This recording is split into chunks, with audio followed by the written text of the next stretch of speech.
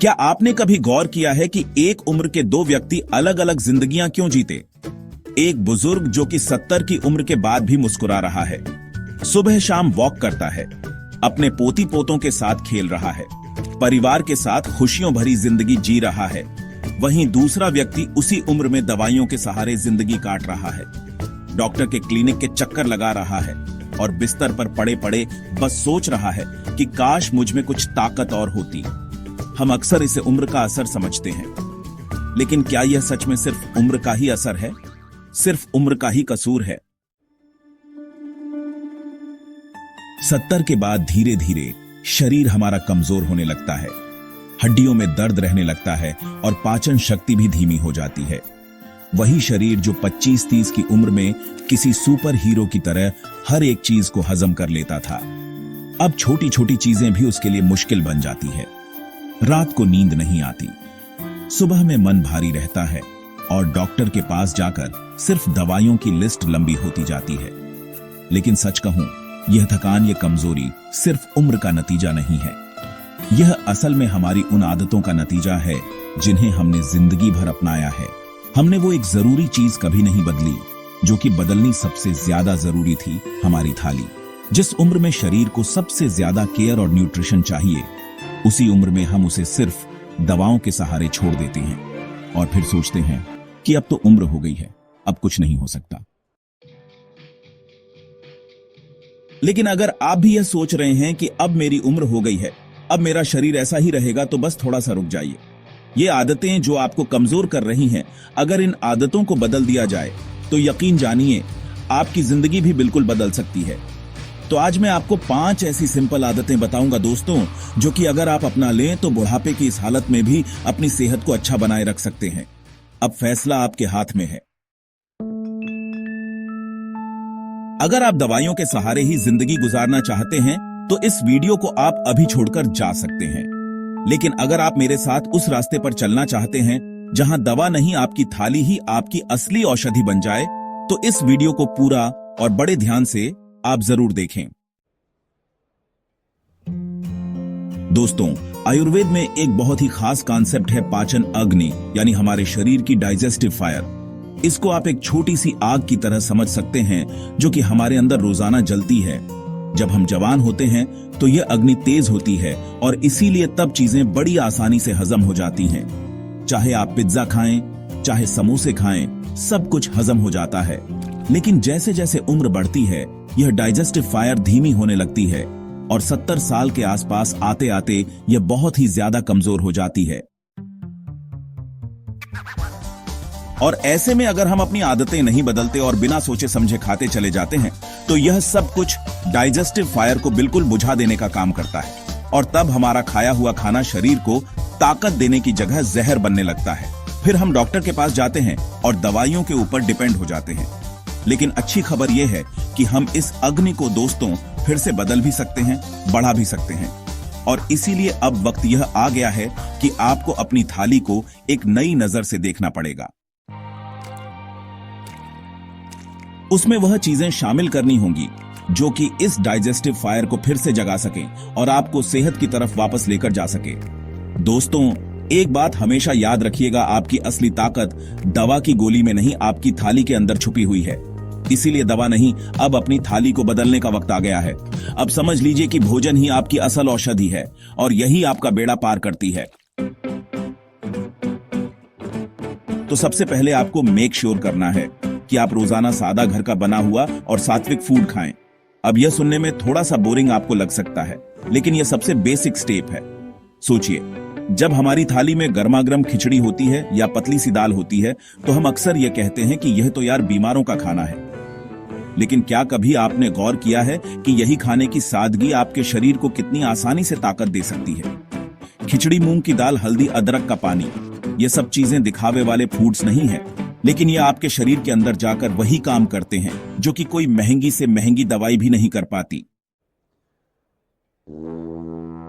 साथ ही जैसा कि मैंने आपको बताया कि बुढ़ापे में डाइजेस्टिव फायर कमजोर होती है, इसलिए सिंपल फूड्स खाने से आपकी अग्नि के ऊपर ओवरलोडिंग नहीं होती है और उसे सुधरने का मौका मिलता है, इंप्रूव होने का मौका मिलता है।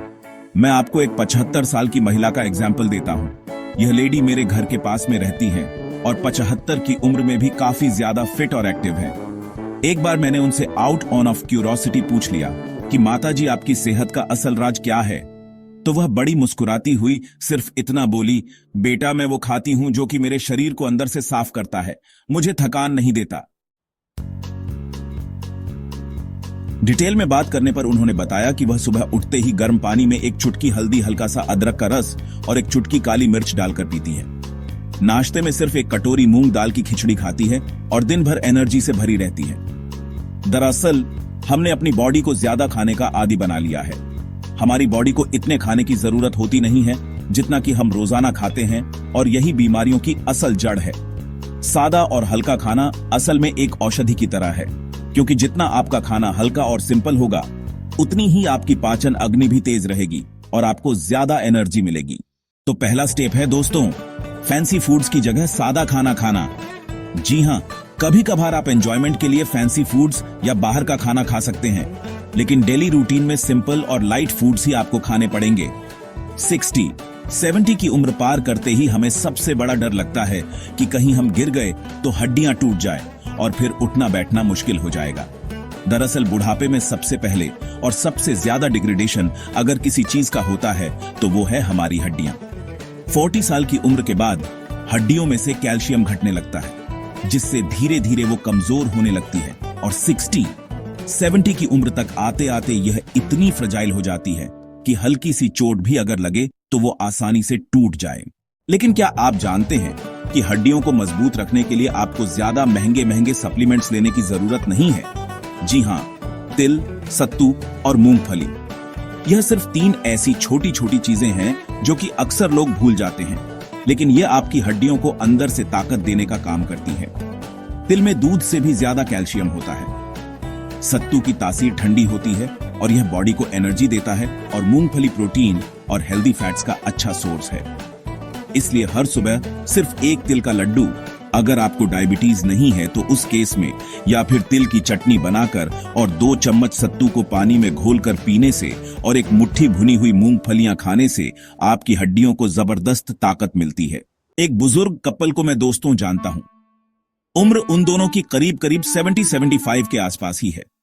जब वो सीढ़ियां तेज तेज चढ़ते हैं, इस उम्र में भी तो लोग अक्सर हैरान रह जाते हैं। असल में यह नुस्खा उनसे ही मुझे मिला था। उन्होंने मुझे एक बार बताया था कि जब वो रोजाना सुबह उठते हैं तो सबसे पहले तिल का एक लड्डू खाते हैं, 1 गिलास सत्तू का शरबत पीते हैं और थोड़ी सी मूंगफलियां जरूर खाते हैं। रिसर्च करी तो मुझे पता चला कि यह वाकई में इस उम्र के लोगों के लिए एक रामबाण औषधि की तरह है और उनकी हड्डियों को मजबूत बनाने के लिए एक सुपर फूड है जो कि ज्यादा महंगा भी नहीं है और आराम से इस्तेमाल किया जा सकता है। तो अगर आप भी इस उम्र को बिलोंग करते हैं और अपनी हड्डियों को इस उम्र में मजबूत बनाए रखना चाहते हैं, फ्रैक्चर के रिस्क को कम करना चाहते हैं, तो इन 3 चीजों को आप भी आज ही से खाना शुरू कीजिए। तीसरा टिप है अपने खाने में ज्यादा से ज्यादा अलग अलग रंगों की चीजों को ऐड करना और प्योर व्हाइट जैसे कि नमक, व्हाइट राइस और चीनी से दूर रहना। अब रंग बिरंगा सुनकर आप कलरफुल बिस्किट्स, नमकीन के पैकेट्स मत ले आना। यहाँ नेचुरली कलरफुल चीजों की मैं बात कर रहा हूँ। जरा सोचिए, आपकी थाली में सिर्फ सफेद रंग होना चाहिए या फिर वह रंग बिरंगे होनी चाहिए। रोटी, चावल और बस दाल, या फिर वह किसी रंग बिरंगे कैनवस की तरह दिखाई देने चाहिए, खूबसूरत लगनी चाहिए। मेक श्योर कीजिएगा दोस्तों कि आपकी थाली में हमेशा लाल, हरा, पीला, नारंगी और बैंगनी रंग जरूर हो। और इसकी तैयारी आपको बस खाना बनाते समय ही नहीं करनी है। इन चीजों को लाते समय आपको इसका ध्यान रखना है। यानी जब आप फ्रूट्स और वेजिटेबल्स खरीदते हैं बाजार से, तो उस समय आपको कोशिश करनी है कि हर एक रंग की सब्जी और अलग अलग रंगों के फ्रूट्स आप खरीदें। अपनी फ्रूट बास्केट को रंग बिरंगा बनाएं और इन्हें जरूर खाएं, क्योंकि जितने ज्यादा रंग आपके खाने में होंगे उतनी ही ज्यादा आपकी सेहत चमकेगी। चौथी हैबिट है सूरज के साथ खाना खाना। अब इसका मतलब क्या है? इसका मतलब यह है कि सूरज उगने के बाद खाना आपको स्टार्ट करना है और सूरज डूबने से पहले पहले अपना आखिरी मील ले लेना है। क्या आपने कभी गौर किया है कि शाम होते ही पंछी अपने घरों में लौट जाते हैं और पेड़ पौधे भी शांत होने लगते हैं? लेकिन हम जब पूरी प्रकृति विश्राम करती है तो हमारी पार्टी शुरू होती है। मैंने देखा है कि ज्यादातर लोग रात के टाइम पर सबसे ज्यादा हैवी खाना खाते हैं और फिर पूछते हैं कि रेस्ट करते समय मुझे रात को नींद क्यों नहीं आती। बेचैनी क्यों रहती है? वैसे आप रात को कैसा खाना खाते हैं, हैवी या लाइट? मुझे कमेंट करके जरूर बताइएगा ताकि मुझे पता लग सके मेरे व्यूअर्स कितने ज्यादा अवेयर हैं। दोस्तों, सच तो यह है कि सूरज डूबने के बाद हमारी डाइजेशन की जो ताकत होती है वो बहुत कम हो जाती है। शाम 6 o'clock से 7 o'clock बजे तक अगर आप डिनर कर लेते हैं तो आपका शरीर उस खाने को आराम से पचाता है, आपको गहरी नींद आती है और सुबह उठते ही आप फ्रेश और एनर्जेटिक महसूस करते हैं। मैंने खुद भी ऐसा बुजुर्गों को देखा है दोस्तों, कई सारे जो कि सूरज ढलने से पहले पहले अपना खाना फिनिश कर लेते हैं, और यह सच में एक बहुत ही बेहतरीन आदत है। दोस्तों, जब आप सूरज के साथ चलते हैं तो इससे हमारी बॉडी की सर्केडियन रिदम सही से काम करती है और शरीर में सूरज जितनी ही ऊर्जा बनी रहती है। 70 की उम्र पार करने के बाद दोस्तों हमारी पाचन शक्ति कमजोर होने लगती है। यह आप सब लोग जानते हैं, लेकिन इसकी एक बहुत बड़ी वजह जो कि अक्सर लोग नहीं सोचते हैं वो है अपने खाने के ऊपर गलत विचार रखना, अच्छा ना सोचना और दूसरा जरूरत से ज्यादा खाना खा लेना। एक बुजुर्ग संत ने बहुत ही खूबसूरत बात कही थी। उन्होंने कहा था कि आप अपनी थाली को प्यार से देखिए, वो आपको जीवन देगी। यानी खाना खाते समय सबसे पहले तो हमें अपने विचारों के ऊपर कंट्रोल रखना होगा।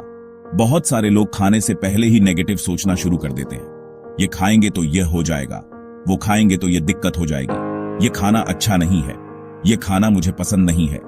बेल जब दोस्तों हम खाने के बारे में नेगेटिव सोचते हैं ना, तो उससे एक नकारात्मक ऊर्जा पैदा होती है, जिससे इवन ना नुकसान देने वाली चीजें भी कई बार हमें नुकसान देने लगती हैं। इसीलिए अपनी प्लेट को हमेशा आप खुश होकर देखें और मुस्कुराकर देखें और ऊपर वाले का शुक्र अदा करें कि आपको उसने इतना अच्छा खाना खाने को दिया है। क्योंकि बहुत सारे लोग तो ऐसे भी हैं जिनके पास यह खाने को भी नहीं है जो कि आप खा रहे हैं, और यह भी उनके लिए एक लग्जरी है। अच्छा, बुरा तो बहुत बात की बात है, खाना मिलना ही आज की डेट में एक बहुत ही बड़ा चैलेंज है। साथ ही यह भी ध्यान रखें कि पेट से थोड़ा सा आप कम ही खाना खाएं, बहुत ज्यादा पेट अपना आप ना भरें। जब हम जरूरत से थोड़ा सा कम खाना खाते हैं तो हमारे शरीर हल्का, ऊर्जा से भरा हुआ और स्वस्थ रहता है और डाइजेस्टिव फायर के काम करने को भरपूर मौका मिलता है। जरा सोचिए कि क्या आप अपने शरीर की आवाज को सुन रहे हैं या सिर्फ अपनी आदत को, अपनी हवस को पूरा कर रहे हैं। अपनी जरूरत का सिर्फ 80% खाना खाने की आदत डाल लीजिए, फिर देखिए कैसे यह छोटा सा बदलाव आपको एक नई ताकत देता है। तो आज से जब भी खाना आपके सामने आए तो खुश होकर उसको देखिए, बुरा मत सोचिए और एक बार अपने शरीर से जरूर पूछिए, क्या मुझे सच में इतना खाने की जरूरत है या इससे कुछ कम में भी मेरा काम चल सकता है। दोस्तों, ये सब कुछ सुनने के बाद अब आप सोच रहे होंगे कि ठीक है, यह बड़ी बड़ी बातें सुन के अच्छा तो बहुत लग रहा है, लेकिन मैं शुरुआत कैसे करूं, इसे इंप्लीमेंट कैसे करूं? तो मैं आपको एक बिल्कुल आसान सा तरीका बताता हूं जिससे आप आज से ही अपनी जिंदगी को बदल सकते हैं। सबसे पहले तो शाम का खाना धीरे धीरे 6 o'clock से 7 o'clock बजे के बीच करने की आप कोशिश कीजिए। हो सकता है कि शुरू में आपको यह मुश्किल लगे, लेकिन एक बार जब आपकी आदत बन जाएगी तो आप खुद महसूस करेंगे कि रात में आप कितना हल्का और कितना अच्छा महसूस करते हैं। दूसरा, सुबह बिस्किट या फिर ब्रेड की जगह आप एक तिल का लड्डू या सत्तू का शरबत पिए और साथ में एक मुट्ठी भर के मूंगफली जरूर खाएं।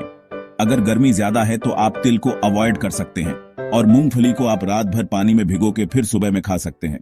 तीसरा, लंच में चावल की जगह आप हल्का सा मूंग दाल का दलिया या फिर बेसन का चीला लीजिए या फिर खिचड़ी को ट्राई कीजिए, और इसके साथ आप खूब सारी रंग बिरंगी सलाद को जरूर खाइए। और रात में भारी रोटी और मसालेदार सब्जियों की जगह आप स्टीम्ड सब्जियां, सूप या फिर हल्की सी दाल का पानी आप लेकर पी लीजिए।